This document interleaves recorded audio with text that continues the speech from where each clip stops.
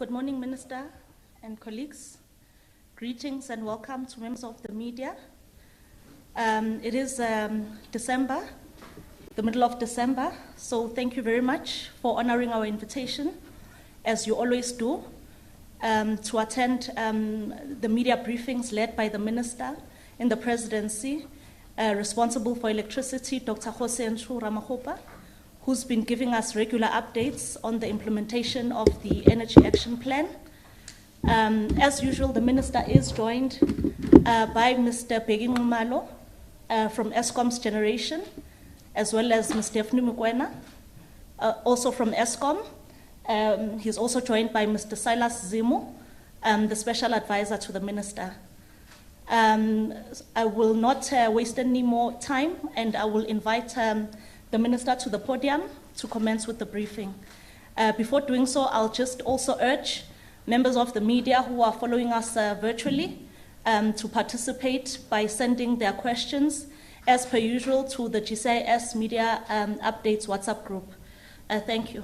Minister.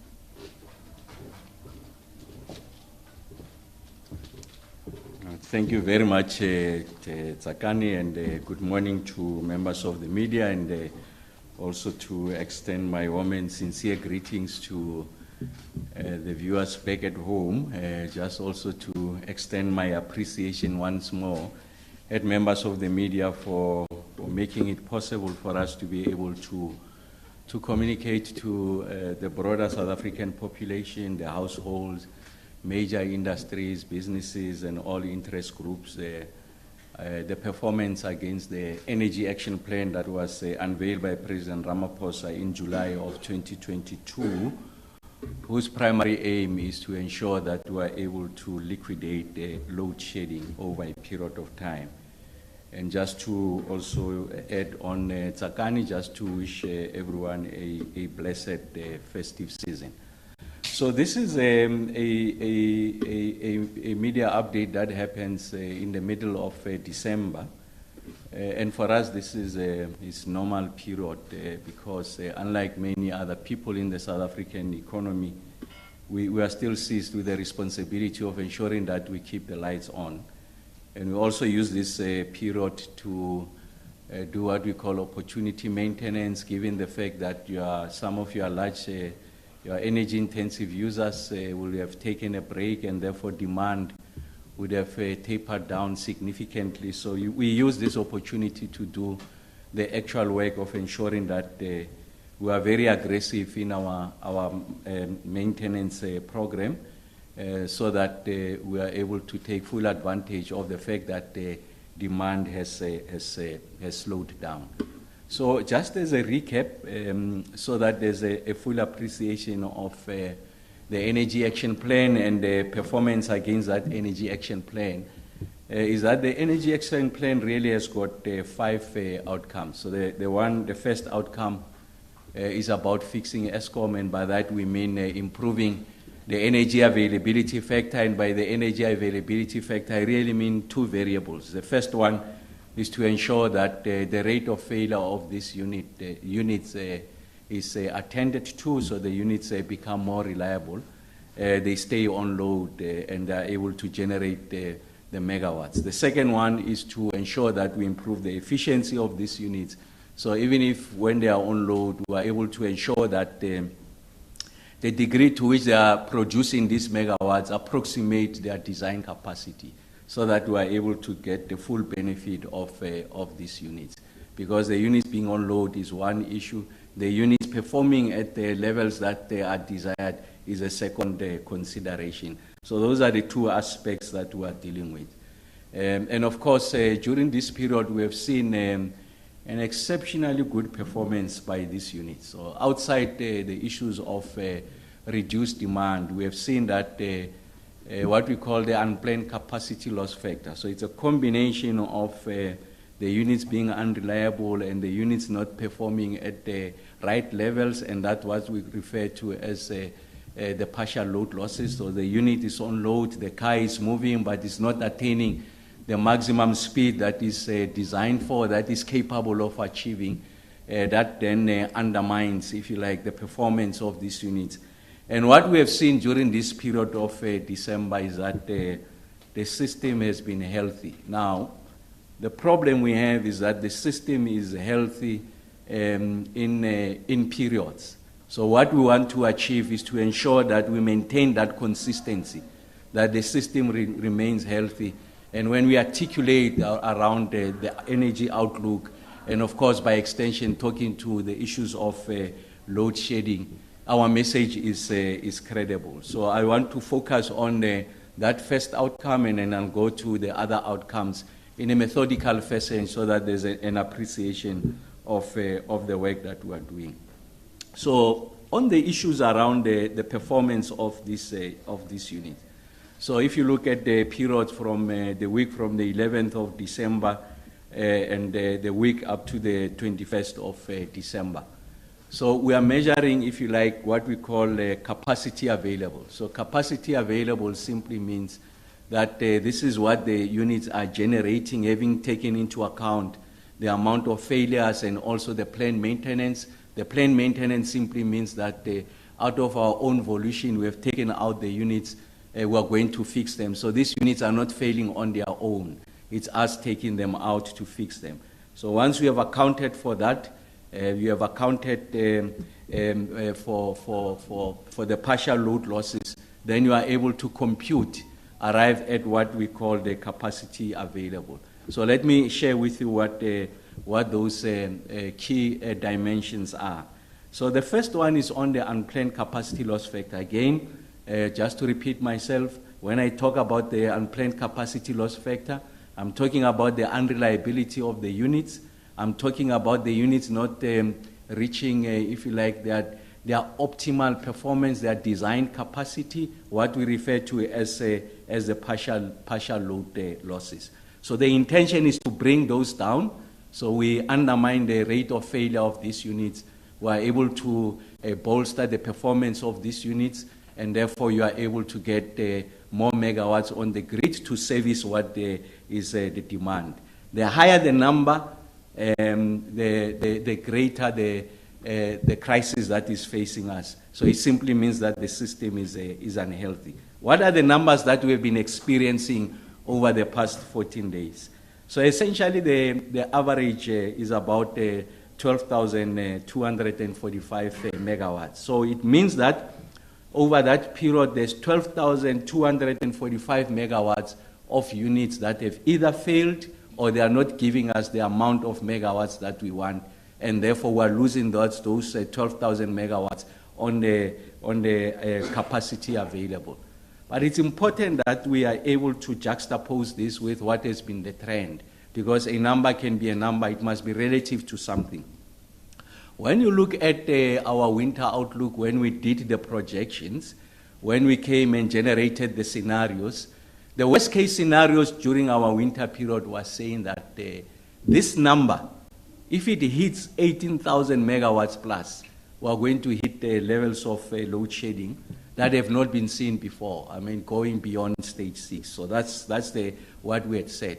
And then if you go to what has been the actual performance during that winter period, you're going to find that this number was averaging about 15,500 megawatts. So that's the actual, this is what the scenarios were projected.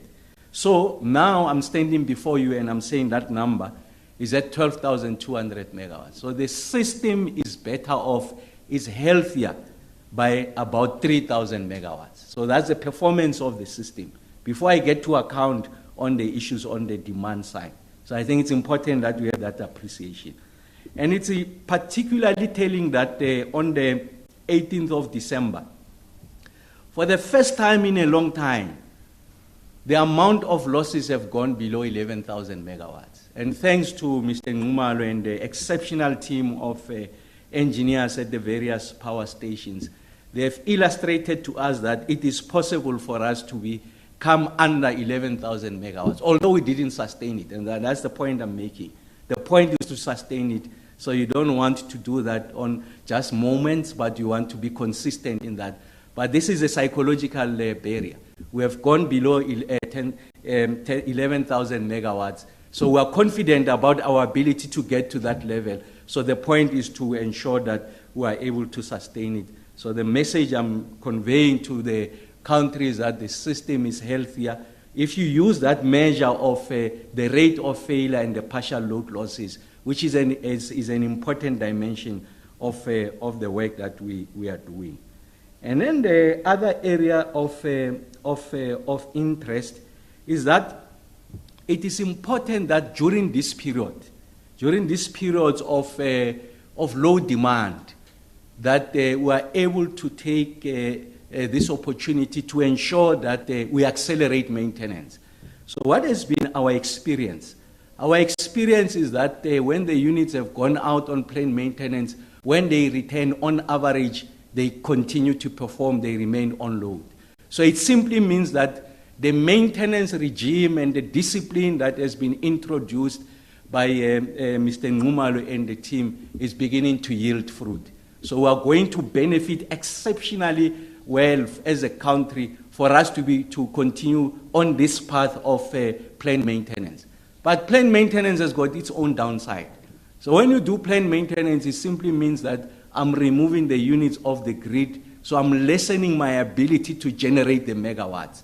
And that's why we have used a combination of what has been low demand and the healthy performance of these units during this period to do not only planned maintenance but opportunity maintenance. I mean, just to give you a sense, I was at Duva Power Station last week. For the first time since I visited these power stations, and I'm very familiar with the power stations. You know, I've been to some power stations, I've been 4 times, and the least I've been to a power station would have been 2 times. So I now fully understand, if you like, the intricacies, the engineering intricacies of how these units are performing. For the first time since I was appointed, when I was at Duva, the general manager at Duva received a message from the system controller to say that we have too much energy on the grid. Take out the unit and fix it. That's what we call opportunity maintenance. So they were planning to fix it sometime in the future. They know what the problem is that needs to be fixed in the future. The parts are available. They say, take it out. I've never had such a situation where you say, we have too much on the grid, remove and fix because of opportunity maintenance. And during that period, we're not burning diesel. So we're not sitting under the cover of diesel, but it's these machines that are performing. So the issue is about their sustenance. So what is our performance with regards to planned maintenance? Again, planned maintenance is averaging about 7,800 megawatts. Again, on the 18th of December, this planned maintenance was at 18,000 megawatts. So we took out of our own volition 8,000 megawatts during that period. Of course, some of it had been out for some period. So accumulatively, on the day, we reached about 18,100 megawatts. And part of that is about that opportunity maintenance I spoke about. Let me put that into context. A number is just a number so that you get to understand it. When we went through winter period and we did those scenarios, part of scenario generation was that to avert a worst case scenario, we need to tone down significantly on planned maintenance so that we get the benefit of sweating these assets. They must continue to produce the megawatts because demand was exceptionally high, and you know we reached about 33,900 megawatts. Planned maintenance at that period averaged about 2,500 megawatts. Today, planned maintenance is about 8,000 megawatts, or averaging 7,800 megawatts. So essentially, we've taken out an additional 5,300 megawatts to fix it. So it's important that there's that appreciation, that even if when we don't see load shedding, we don't celebrate ourselves. Those are significant psychological victories. It simply means that it can be done. We want to sustain it, but we are using that opportunity for us to ensure that during difficult days, those days will come. These units must come back and continue to perform. So those are the 2 measures that are important. And having taken all of that into account, the unplanned capacity loss factor, we have removed 12,200 megawatts. And then you add this 7,800 megawatts, we have removed 20,000 megawatts, if you like, cumulatively. So the available generation capacity is sitting at 27,700 megawatts. And then the demand is averaging about 24,695 megawatts. And that's why you are not seeing load shedding. We are not seeing load shedding. We are working behind the scenes. We are aggressive on the maintenance. The system is performing. But the point I want to make is the consistency. Because time and time again, I come before the nation and I say there's been a cluster of units that have failed. That's something that we want to avert. And of course, I can't guarantee that that won't happen. I think it's important that I make that statement. But the outlook really, in the short term, and when I say short term, between now and the next 2 weeks or so, looks upbeat. I mean, that's where we are. And really want to ensure that the lights remain on. But the truth has come the other side of the break, when the big industries are coming back. It's about sustaining the South African economy. So you can't celebrate the fact that you don't have load shedding when the South African economy has gone on, if you like, a temporary break. You want to have a situation of no load shedding at the height, at the peak of the performance of the South African economy. That's when you have a great appreciation of the work that we are doing. But every victory that we are registering, I think for us it bolsters our work. It really makes sure that the mood is buoyant about our prospects to address this situation going into the future. And of course, we've done a computation around what has been the performance relative, the December performance of 2024 versus the December performance of 2023. And from no load shedding, I think the performance is much better. And then part of fixing Eskom, and fixing Eskom really means about ensuring that we improve the performance of these units. So you apply a degree of science. I mean, there's 14 of these power stations, over 80 of these generation units. So it will be a height of folly to suggest that you are going to fix all of them at the same time. So there has to be a method on how you are going to intervene and ensure that you are able to improve the performance in the shortest possible space of time. So what we then did was to identify what we call 6 power stations that gives us the best possibility of improving this generation performance, the aggregate generation performance. Those of you who have studied science, there's something we call the Pareto principle. So it's 20% effort, 80% return. So we ask ourselves a question, what are those power stations that in the short term can help us to recover? Of course, it doesn't mean that you neglect others, but if you are to make a meaningful impact on these 6 power stations, every one in the country is going to see that we are lifting the performance, is going to bolster the aggregate performance of Eskom, if you like, the entire fleet. So what are these power stations? Is Majuba. So we said, let's go to Majuba and make this intervention. And of course, we see that Majuba, over a period, we have been able to sustain that performance of the EAF is still at about 62% EAF. We really want to improve it. So that has been the work that is being invested there. And I want to emphasize that the kind of work that is being invested there, some of it takes a bit of time for us to be able to realize. And some of this planned maintenance is sitting in these power stations. That's where we have taken out the units. We want to fix them. That's what accounts for that 8,000 megawatts. And we are confident that when these units return, everyone is going to have a full appreciation of the work that we are doing. Because our work really is very easy to measure. It's the number of hours that your lights are either on and off. Then you know the performance of the system. You don't have to be an engineer to do that. And then the second one is Kusile. You know that Kusile, we only had about 1 unit performing, about unit number 4, because unit 1, 2, 3 were out as a result of the reasons that are well documented. I've explained to that ad nauseum. They had to do with the issues related to the flue gas desulfurization units, the fact that compromising the structural integrity of the chimney as a result of the slurry that was deposited there. and then we had to take out those units.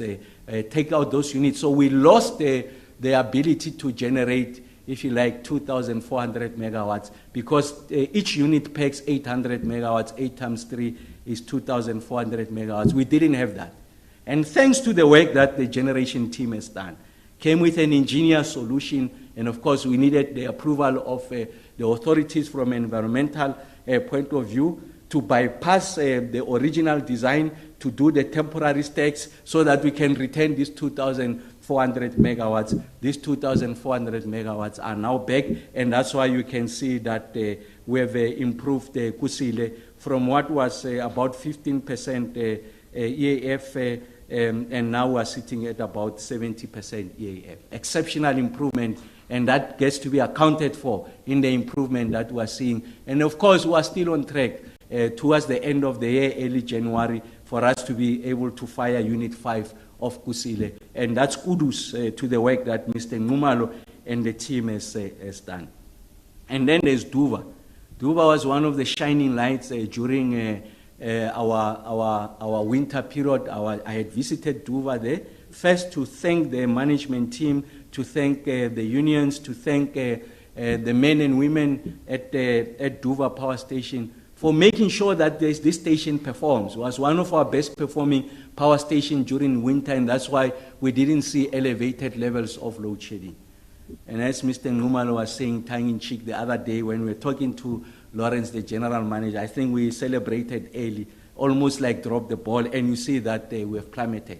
It has come down from a high of what used to about 65%. It's at 46%. When I was there, they had picked it up to 54%. You remember here I'm reporting year to date. So it's important that they continue to lift this. They've identified what the issues were. They had lost 2 units. Those units are coming back. And then I think we're meant to return unit number 1 by the end of this month, ahead of the period. So I'm very happy of the work that Duva is doing to ensure that we are able to lift this. And then the station that is exceptionally notorious for underperformance is Tutuga, and this is historical. It has to do with legacy issues. Like I say, when you drive this car, we are less interested on focusing our attention on the rear view mirror. We learn from what we had experience in the past, but the focus is about the future. So you can see, out of the 6 units, at some point, only 1 unit performing. 1 unit has been out for a long period of time. We're taking a view of whether to retain it or not, but that's the head of generation makes that determination. And of course, at some point, we have retained about 3 of these units. And of course, we have tapered down in terms of our performance. And of course, what is accounted in that 8,000 megawatts, these units have been taken out for fixing. And at Tutuga, because of the exceptional circumstances of Tutuga, the head of generation at Eskom, Mr. Ngumalo, has assigned one of the most decorated, experienced general managers, Bruce, to be able to run that effort together with his recovery team. They are there, if you like, in rugby terms, this is what you'll call the bomb squad. They go in there, make the kind of improvement that is required. Given the kind of complexities and the depth of the problem, is going to take them time. So Tutuga, once it comes back, I think the whole country will be able to have that appreciation that Tutuga is back, and we are able to ensure that we start off the worst case scenario when we get to situation where demand will have spiked, and I'm talking about the next winter. And then the next power station is Kendal. So Kendal, there, the issues is around the emissions. So when they run the machines, we are exceeding our emissions level. So it's important that we are able to address the issues of emissions. So you can't be reckless. You can't just say that because load shedding causes exceptional harm to the South African economy, let's run these machines recklessly. When you run them, you exceed your emissions level. You are out of what the authorities have approved. You are placing lives of people in the immediate vicinity of Kendal Power Station, their health at risk. We have a responsibility to remain within the permitted, the license parameters, and that's why the machines are brought down. So essentially, They are not run to their full capacity, so that we respect what the requirements are from an emissions perspective. Mr. Ngumalo and the team, the GOVAs, they are working on this to ensure that we are able to get the benefit of these machines, ensure that they approximate their design capacity. At the same time, we protect the health of the people in that area. So here it's an emissions issue. We are familiar with that emission issue. We'll attend to it. And Matla has shown consistent improvement. Consistent improvement, we moved from about 45%, now we're sitting at 73%. It continues to go high, thanks to the team that is doing the work there. So the point I'm trying to make is that we have isolated these power stations because of the capacity of the power stations, one, because of the levels of the EAF, their performance levels, and we have accepted that once we make an improvement, a 1%, 2%, 5% improvement is significant in the totality of what we are able to generate, and that's why we isolated these power stations. And we are making the kind of improvements that we are making, and in other areas there are setbacks, and I've shared with you what we are doing to ensure that we address those setbacks and we are able to get everything up and running.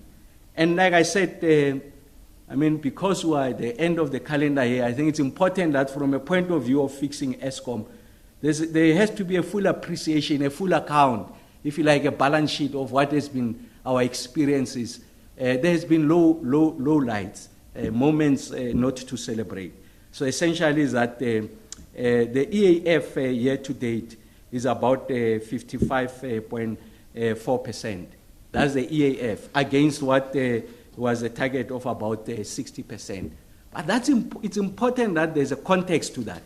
That for the majority of this year, the calendar year, you didn't have the 2,400 megawatts from the 3 units at Kusile, and you didn't have the 980 megawatts from Unit 1 at Kubek. So if you compare December of this year, December of last year, where we wanted to be, of course, you can see that we're at 55.4%, and of course we want to ramp it up to 60%. Of course, we have not reached that target. Our intention is to reach that target. And now that the units have returned and that the system is becoming healthier, the cumulative year-to-date performance when we get to March of next year, I'm sure it will be significantly better than the 55%. Will be closer to the 60% mark and will continue to improve. But it's important that we were able to address this.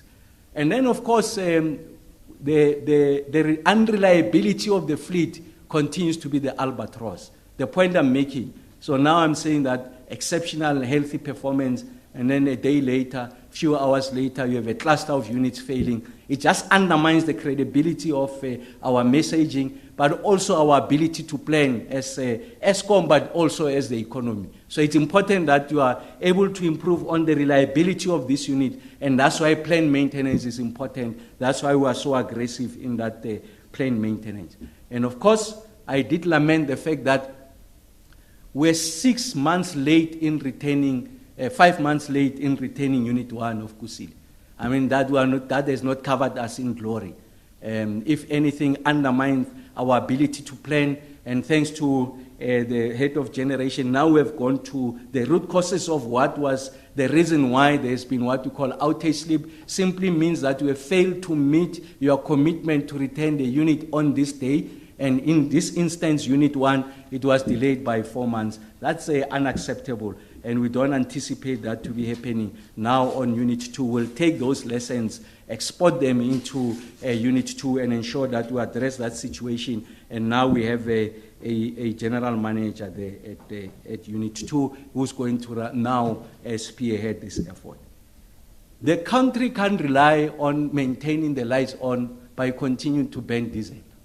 It's the most expensive fuel source. It's unsustainable. It's expensive to the fiscus. Although it affects the intensity of load shedding, it just can't be explained. It's an untenable situation. The fact that you burn and burn and burn diesel to keep the lights on, you need additional generation capacity. And we have really burned this diesel when we went into the winter period and parts of when we came out of the winter period.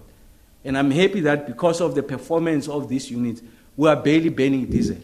Even the morning and evening peak, if we do, it will be 1 unit, 2 units out of the 11 or so that are in our fleet. So it's important that we are able to address this situation. You can't be going because someone must pay for it. And that will be find expression in the tariff dispensation. The South African household and economy business can't afford tariffs that increase exponentially. It's unsustainable. The cost of doing business just increases. We are becoming uncompetitive as a result of banning this diesel. But of course, we had a reason. And this reason was that these units were at a stage where their performance was gravely underperforming. So it was important that we find a short-term measure to ensure that we avert higher levels of load shedding and the intensification of load shedding, because the implications of that on the South African economy is exceptionally dire. And that's something that we are attending to. And the assurance I'm giving you is that when you have seen the lights being on, I've just explained, very little diesel has been banned. Is the machine sustaining themselves? And then the highlights, the return of these 3 Kusile units are very important. Of course, Kubek, ultimately, Unit 1 has returned, Unit 2 has gone out. I think it's important. And then don't understate and underestimate the fact that we delayed the decommissioning. So in that expression, you accept that there's going to be decommissioning. But you had to delay it, and part of the reason why we have not banned diesel, even at the higher levels of intensity, part of the reason why you have been able to escape winter without necessarily going to higher levels of intensity, part of the reason why the lights are on, they will remain on going into the near future, is because of these units that were meant to be taken out. These units continue to perform. Camden, Hendrina, they continue to perform as a result of their delayed decommissioning. We accept that they will be decommissioned because of our commitment to the nationally determined contributions, the net zero path, but they are playing a significant role in ensuring that they contribute in the totality of the mix of the generation capacity that we are having here at the Eskom. And then it's helping this situation. And of course, there are power stations that are doing exceptionally well. The peaking plants, really less emphasis on them. You really want the units to sustain themselves on their own. But still, I mean, the fact that the performance has been at about 80%. Look at this Camden, the one that we wanted to decommission, of course, 61% performance. I mean, in the context of a power station that is aging, some of the units are out. So it's important that we have this appreciation. You don't expect anything less from Medupi. It's our newest power station. If you had to ask me, should do even much better than this. Part of the problem is that, you know, there's Unit 4 that is out. We are performing at 80%. And then there's Letabo. Letabo won. I went to the awards in the generation side. It won the best performing power stations of all power stations in the family of Eskom. And thanks to the work that Karawo is doing, the general manager there is performing at 76%. So it's important that we have that appreciation. And like I said, the 2 stations that have been by November performing at 80% plus, now Medupi is doing exceptionally well. And of course, we are seeing that trajectory of improvement. I've shared with you the work we are doing at Duva, the work we are doing at Matla, the work that we are doing at Kendal, the work we are doing at Tutuka. The aggregate is that the trend line is positive. So we measure the trend line over a passage of time, just a longitudinal assessment. So it's not instantaneous, if you like. It's not a cross-sectional study of how these units are performing. And that's why, although we reached a low of less than 11,000 megawatts of losses, we don't celebrate that. We on the 18th, we celebrated that. It simply shows that it can be achieved. What we celebrate is whether we are able to sustain it. And I want to make the point that, of course, the trend line is looking positive. Of course, with the stakes, temporary stakes at Kusile, we are still remaining within the license parameters. Because I think there has to be a full appreciation that whilst we ask for these exemptions, on other parameters, particulate matter and the likes, we are keeping within the parameters. Where there is a misstep is with regards to the sulfur content, and we ask for permission, and that's why we're accelerating the return to normality that we see. And then the standard offer program, of course, has gone out with regards to 1,036 megawatts, is in the contracting phase. Got an update yesterday from the colleagues at Eskom working on this. I'm quite confident that they are going to get to close of that. So there has been exceptional interest. So the standard offer program is being unleashed. And of course, there's also the emergency generation program has added 60 megawatts onto the grid. So every megawatt counts. That's what the team knows. We are searching for megawatt, 2 megawatts, 3 megawatts, 5 megawatts. When you put them together, they are going to save you one stage of load shedding. And of course, part of the highlights on the generation side is the issues around, of course, rather on the demand side. You know, part of the interventions we are making is to work with households, with industries, to ensure that we reduce demand without interrupting and undermining your ability to meet your everyday needs, for industries not to become less competitive as a result of demand-side interventions. We have seen that there's a significant uptake. We are working on the virtual wheeling solutions. Eskom, together with Vodacom, they've done a pilot, gave us the feedback in relation to the pilot, significant prospects there, and once it gets to become universal, open to everyone, you will see that we are going to take full advantage of this opportunity. And then the second part of the outcome of the EAF, of the Energy Action Plan, was that we must accelerate the procurement with regards to the bid windows.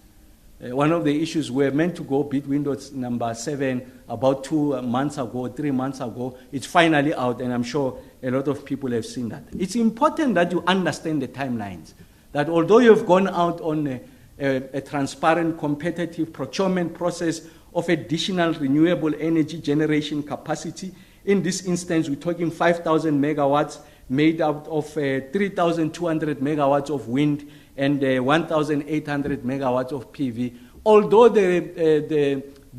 we have gone out to market just the other day, it doesn't mean that we are going to get these megawatts onto the grid anytime soon. We are going to get these megawatts by 2027.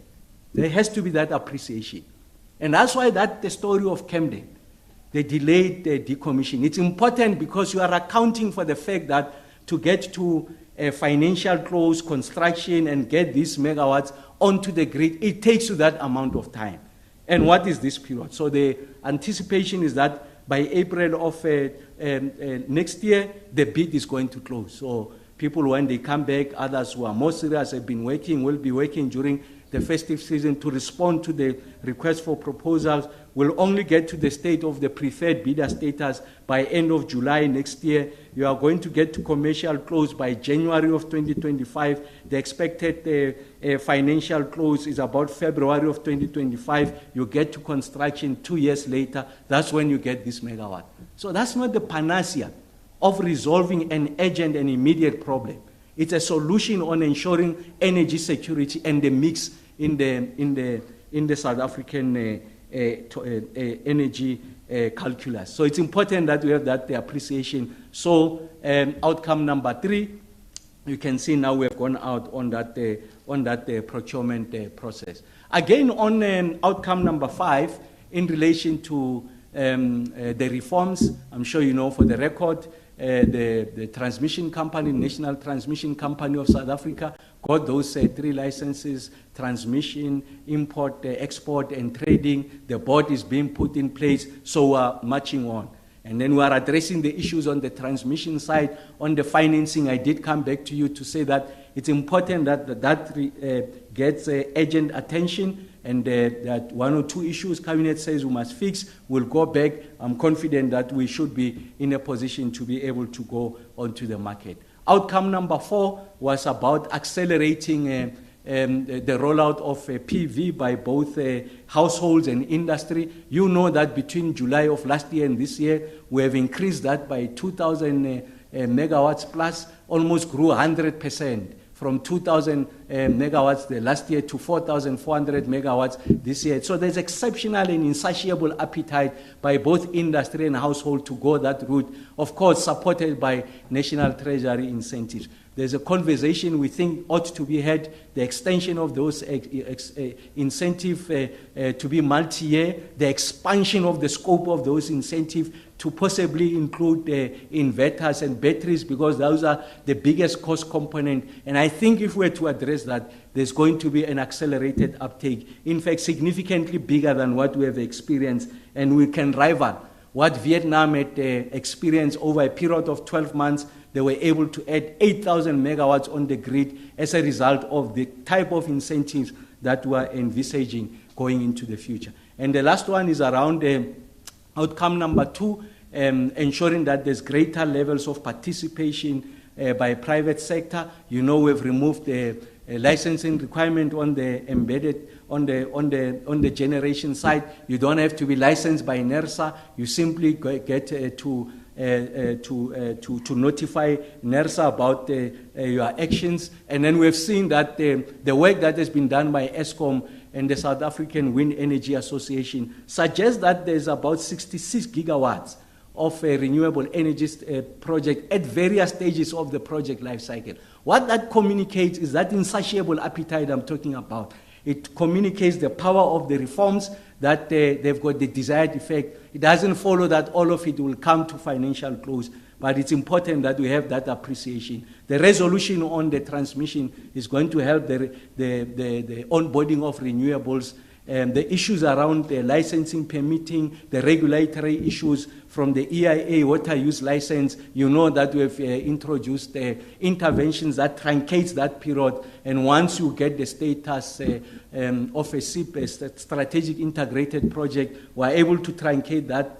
You are able to get your answers within 59 days. And that has demonstrated that, of course, there's this amount of appetite that is in the private sector. So what is the net result I'm making? Is that the trend line is positive. That you can see that that future is bright, is not an oncoming train. And I've said with you what the numbers look like. We still know that the units remain unreliable. We have gone aggressive on the maintenance. We know that momentarily over the past 14 days, if you had to do a cross-sectional study, that the performance has not been surpassed, at least in the past year or two. Exceptional performance, but it's not about momentary performance, it's about consistent performance, and that's what we want to engender. We have prioritized these power stations, and we are seeing the result, and I'm confident that we'll have our festives with the lights on, not the candles. The candle lights will be there, not necessarily to perform the primary function of lighting, but just celebratory, and we'll have the proper lights to make sure that we usher in 2024 and will continue to improve. Thanks, Taka.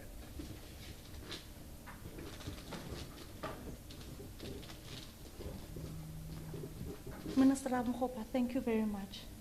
We will now take questions from members of the media. We can start with those who are joining us.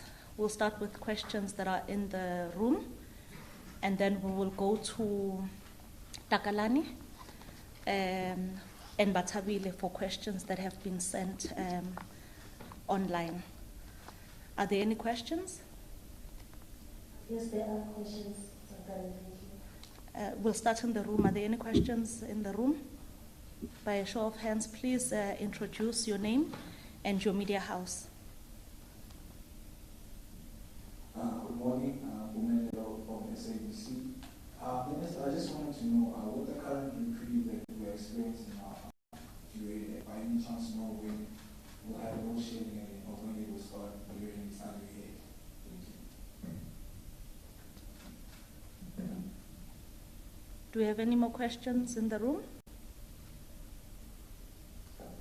Okay, we'll then go to Batabile for questions shared on the WhatsApp group. Okay, we have 6 questions. The first 4 are from Helmut from Independent Media. When will ESCOM change the unplanned outage assumption from 16,000 megawatts to 14,000 megawatts?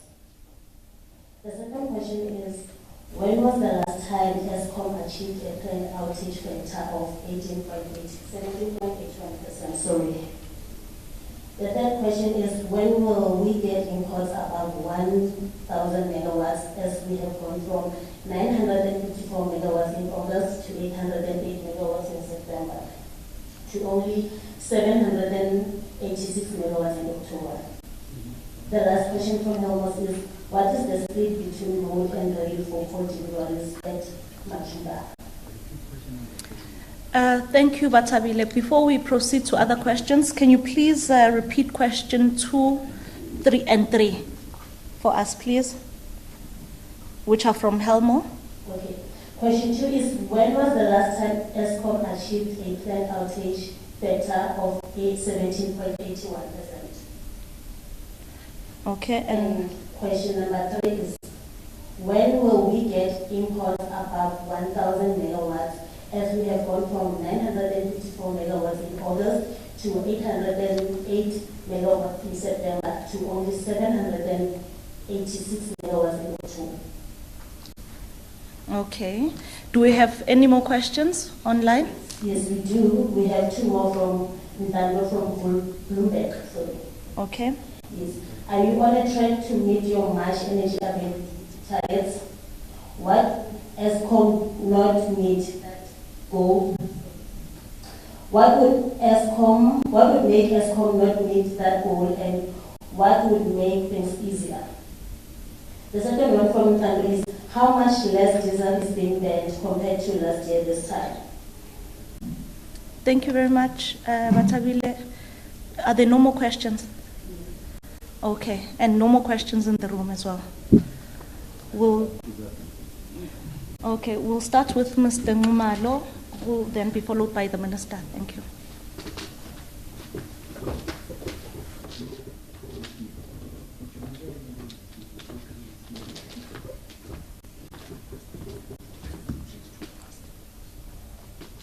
Thank you very much. Good morning, Minister and the members of the media and the public. Yeah, I think the question that I would talk to is with regard to say, when will the load shedding start again? I think ours is really not to start load shedding. It is for us to continuously deal with the unreliability of the system, and then load shedding, it gets implemented as a result of some shortages for the system operator independently looking at the system. So we will all want the publics and the economy to continue enjoying this no load shedding as far as possible, but whenever the situation comes, it will come. And then the other question that came was with regard to the plan, what has happened between last year and this year in terms of the plan and unplanned, and also with the diesel usage. If you recall, last year this time around we were hovering around stage 5, stage 6, so inherently it means then the diesel will be higher. So the Minister has indicated that if you look at the past week or early this week, we have most of the time, even during the peak hours in the evening, we haven't burned any diesel at all. So this year is quite less than what we were in December. Hence, we have shown that peak. I think it's mostly to do with Kgosientsho, and I must, Minister, just emphasize that. You know, with me do be having some unit on outages, Kgosientsho has emerged as the top performer in the past. Since the beginning of this month, consistently operating around 90% availability. And we are quite pleased with that performance from Kgosientsho. And then there was a question about Matimba's import. But Matimba, we do not have any, in terms of the coal, I presume. Matimba is a dedicated mine, is fully supplied from one supplier of mine. Yeah, I think those are the issues, Minister. Or the issue about being on track for the March commitment, I think all the plans we are working towards that. The only things that we will also might be us, we also look at opportunity to mitigate for the risk in what we call the short-term maintenance. But all our plans are geared towards achieving that March performance. You would see that the performance, if you look at day on day this month already, there were days where we went over 21% on the plant as well because of trying to manage the risk onto the system. So we are working towards achieving that goal of March 2024. Yeah. Thanks, Minister.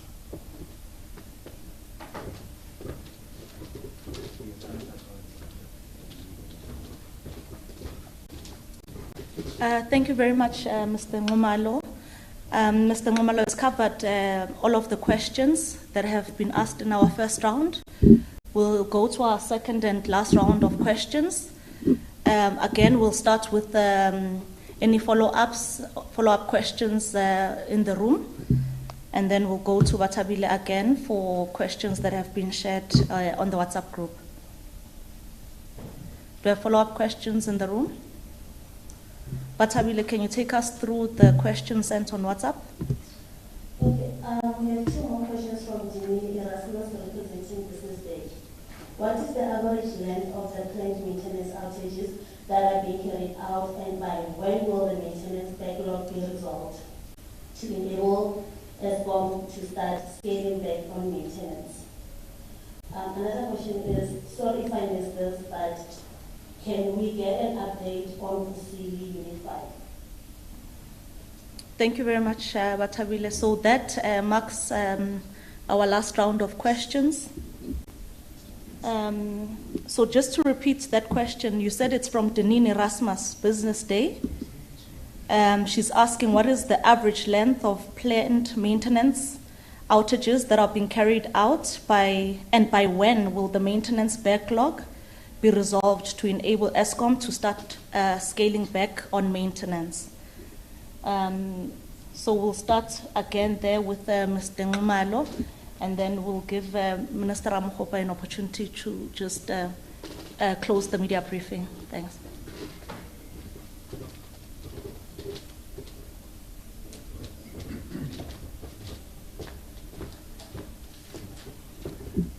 Thank you, Tsakane.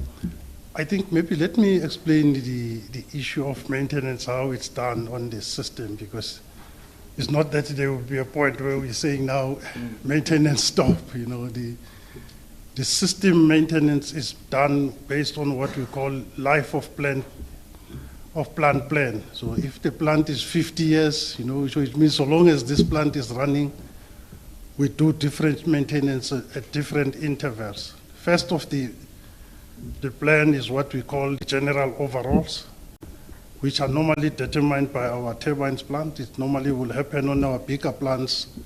Every 12 years you open that, and then every 6 years we have got mini overhauls and then shorter inspections in between. So long as the plant is running, every year there will be levels of maintenance that need to be done. Obviously, as the fleet ages, what you do then, you will go through, like what we are going through now at Quebec with an extension. It becomes an abnormal maintenance with a major capex. But it's no longer a normal maintenance there. You are reinvesting for the life of the extension of that. So then, but once that is done, then Quebec will go back to the normal cycles of maintenance. So maybe the backlog that you might be referring to is the issue of saying, maybe there are some stations where we didn't do the upgrades on the control systems and all of those things. So as we are going through this mid-life refurbishment of the station, then we are going through those phases. So it's a continuous, because as you do it, you also need to balance it with the system. You can't take all the units at once, but we have dealt with most of the legacy issues that you will refer that maintenance was sort of a problem, except for the major controls upgrade, which we are starting now as well on some of our stations, the Matimbas, Letabos, and Majubas, and some of the stations we are also continuously doing that. So there's those type of maintenance that we are doing, normal general overall cycle, and then we come in when the plant is on their midly, and then we do what is called then life extensions and then refurbishments as well. Kusile, Minister did touch on it, Kusile 5, that we are currently busy with commissioning. So we have done most of the commission now. We are planning to start synchronizing that machine towards the end of this month, early next year. So our teams are working throughout this festive season there to try. Obviously, it's a new machine, so there's a lot of things that we also taken as the lessons from the other units that we have encouraged the team that even now during the tough period, they must make sure whatever we do the correct things, because to try and shorten times and then we make major mistakes is not going to be acceptable. We rather be a day or 2 days later, but do the proper work and make sure the machine is commissioned correctly. Thank you, Minister. No, thank you very much, Mr. Newman. I mean, just on that score, I just want to make the point that is less appreciated. So as many people will be enjoying this festive season with their families, rightly so, because of, I mean, it's deserved, a difficult year, some in a celebratory mood. The men and women at ESCOM will be working very hard to ensure that we are able to address this existential question. And I really want to say to Mr. Nxumalo publicly, I've raised this on multiple occasions. We really want to say thank you to you and the team. And of course, we are with you in solidarity in person. We'll be with you in the trenches to ensure that we get to fix this ESCOM as part of outcome number 1. And I also want to make the point that we've been hard at work, so we are at an advanced stage of making those new determinations to help us in the short term to make an intervention that will be impactful. There is so much that Mr. Nxumalo and the team can do to exploit these units, to sweat them. Without additional generation capacity, there's no way that you'll be able to avert a situation where demand exceeds generation. And that's why we need to go that route. And part of the reason why it takes that amount of time is that we have to be deliberate. We have to identify the source. We have to have an appreciation of how long it will take for us to make that intervention.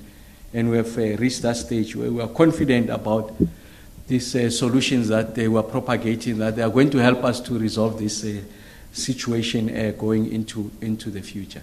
And of course, we have had update from our colleagues at ESCOM with regards to the situation on the imports. So I'm really alive to what were the issues that are attended there that undermined our ability to be able to import in the shortest possible space of time. And those issues will receive attention. But the standard offer program, that 1,030 megawatts plus, is going to help us to ensure that we have that additional capacity in the short term. And the team is working hard to address that situation. So we are where we are thanks to the work that the team is doing, the contribution of business and households on the demand side. And I'm more than confident that if we're to sustain this trend line, add new generation capacity, we are much closer to the solution that we think we are. Of course, the past, about 3-5 weeks ago, the situation looked dire, but we had an appreciation from where we were seated that the trend line still is looking up. There were those occasional failures. It's an inherent risk of any engineering unit, but I think that the momentum is such that it is positive. So I really want to take this opportunity once more to thank members of the media and to wish everyone a peaceful, happy, joyous festive season. And we hope to meet the other side of 2023, which is 2024. May God bless you. Thank you very much, sir.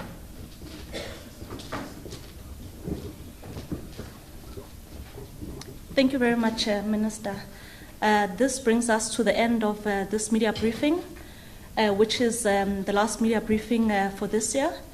Should there be any urgent developments that the Minister would like to communicate, we will advise. Thank you very much once again.